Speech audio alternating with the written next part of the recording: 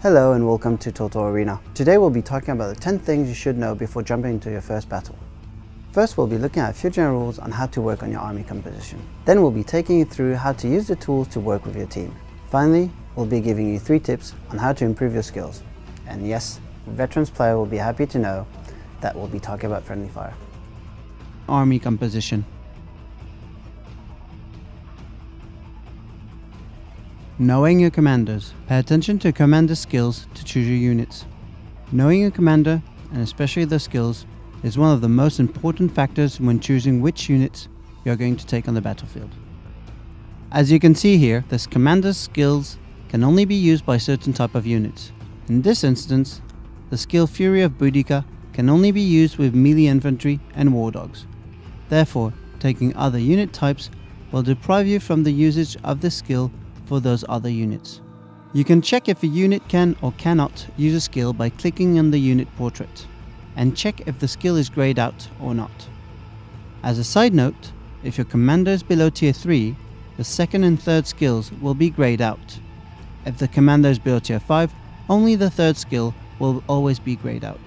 Check out your commander before going into battle to see what units would be most effective with him. Knowing army composition. Don't take 3 different units.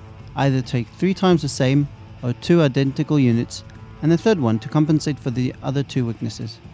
Controlling 3 different units is very hard and may often lead you to failure. Using 3 lots of the same unit has the advantage of you knowing what all of them can do, therefore making you more efficient. This can also make your units more effective. 3 lots of archers will deal more damage than if you only had 1 unit of archers, for instance. However, this will leave them unprotected. Taking a third unit different from the 2 others will help compensate for their weaknesses. You don't have to wait for an ally, who might be occupied somewhere else, to take down any pesky archers chipping at your infantry's health. You can take a cavalry unit and chase them away. If you're unsure how to change your troops, click on a unit in your squad, change the tier if need be, then either drag and drop the unit into your squad, or click on the price of the unit you want and select the places in your squad you want it to fill. Remember that the first unit on the far left side will have your commander in its midst. Knowing your playstyle. Define what you like to play most: cavalry, range infantry, melee infantry, pike infantry, and or siege weapons. Here's a short presentation of all the different units to help you build a better understanding of how they work. As you know, you have the choice between 3 different factions to play, but all factions have different types of units to choose from. It can be a bit mind-blowing at first, and we recommend you taking the time to try them all out to see which one suits you best. Range units excel at damaging enemy units before melee combat starts, but you need to master your evasion skills against cavalry. Roman infantry are your melee experts, and have few rivals in that domain. Barbarian infantry are great at outmaneuvering your enemies to flank them. Cavalry are there to chase fast units that don't perform well in melee combat, and outmaneuver enemy units to break their morale. Spear infantry are the most solid wall of defense you can find on the battlefield, if you manage to protect your flanks and your rear, that is. And later on you can unlock pike infantry. Artillery units are the slowest units, but are here to support advancing troops and force enemy units to take cover to slow their advance. They can only be unlocked from tier 3 onwards. Keep in mind that depending on your chosen faction, a similar unit might perform or play differently when combined with commander skills.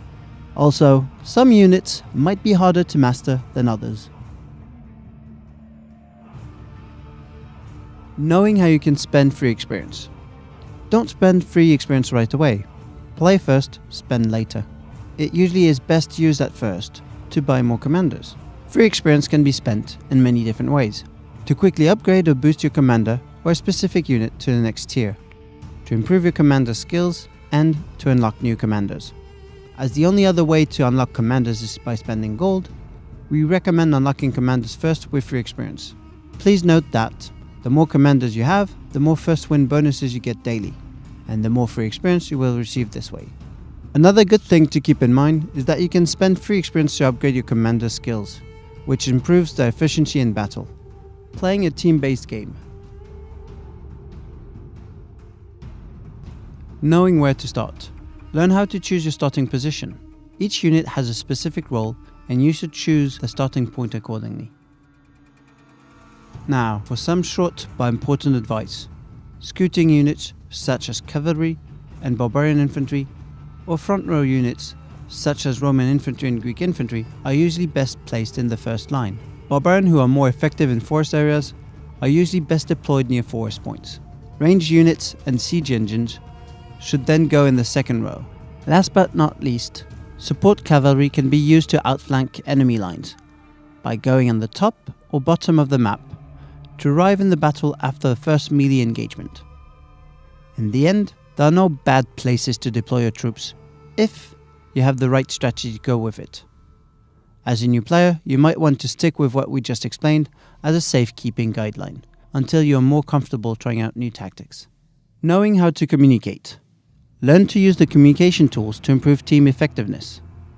In all team-based games, it's important to communicate with your allies, and we've designed a few useful tools to help you with this. The first one lets you draw on the map, so you can show where you'll be going or asking your allies to hold a specific position. You can draw on the deployment map, the mini-map, and even on the battlefield. By pressing any of the keys from F2 to F7, you can easily ping specific advice, orders, and requests to your teammates. The text chat, while being slow, can be useful to convey precise ideas and potential tactics before the game starts, or once all units are dead, to help secure the victory for your team by helping them to coordinate with each other and calling out for ambushes they might not have seen. Knowing teamwork. Don't charge into enemies alone, but cooperate with your teammates by staying close to at least one of them. Working as a team will often help secure victory, while being a lone wolf will only allow the enemy team to ambush you with more troops than you can handle. This is a team-based game, and everything is about how you play as a team. Therefore, charging head-on all alone will very often result in you being outnumbered, and your troops being crushed. Charging with an ally or two will help you to match or even outnumber your opponents, helping you secure an advantage on your side of the battlefield. This leaves you with opportunities to support weaker flanks, or surprise the enemy where they might not expect you. One of the most important skills in Total War Arena is outflanking your opponent, and creating situations where you outnumber or can ambush your enemies. This can give your team the winning edge by getting rid of a few enemy troops without losing many of your own. Improving your game skills. Knowing the importance of vision. Learn to use the minimap and camera to improve your battlefield vision.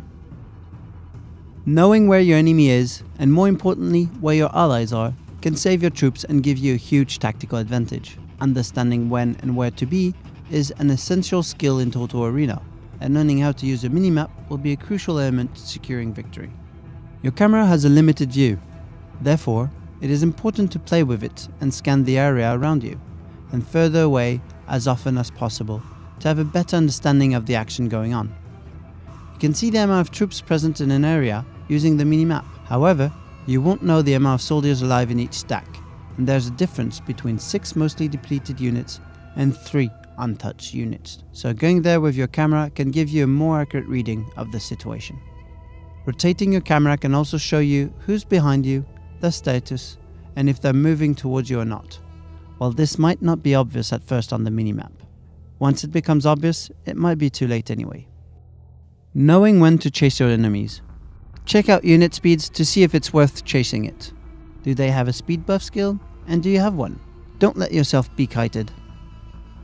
It is not wise to chase your enemies, as you might either fall in an ambush or just be lured away from combat when your team is in need. But you must also be wary of being kited. Kited refers to a ranged unit shooting at a slower unit, chasing them around the map without ever being able to catch them, while their health is trickling away slowly but surely. Checking the unit speeds at your tier is a good idea to have a better understanding of who can run faster than you. As you can see in this example, the Greek ranged unit is faster than the Roman infantry unit, but nearly equivalent in speed compared to the barbarian infantry unit. Don't forget to take into account commander skills, as some may have a boost that will help their unit catch up with your unit, or have the ranged unit barely escaping a charge. Knowing friendly fire, don't ignore friendly fire messages in the upper center part of your screen. Friendly fire can be a painful mechanic for more experienced players, as a lot of newer players, and some not so new ones, may not pay attention to a friendly fire message appearing in the top of the screen. It is usually triggered by ranged units or pike and spear units. If you're firing volleys or projectiles in a melee fight, you will hit your allies as well as your enemies. And if you're in phalanx mode, walking into your own troops will end up taking them out.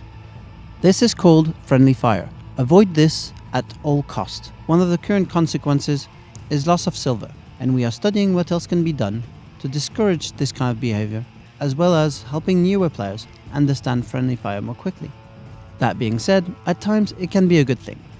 One easy example is when the enemy outnumbers a small last standing unit. Having them all grouped around your allied unit is a good time to take as many of them out as possible while they are focused and staying in the same spot.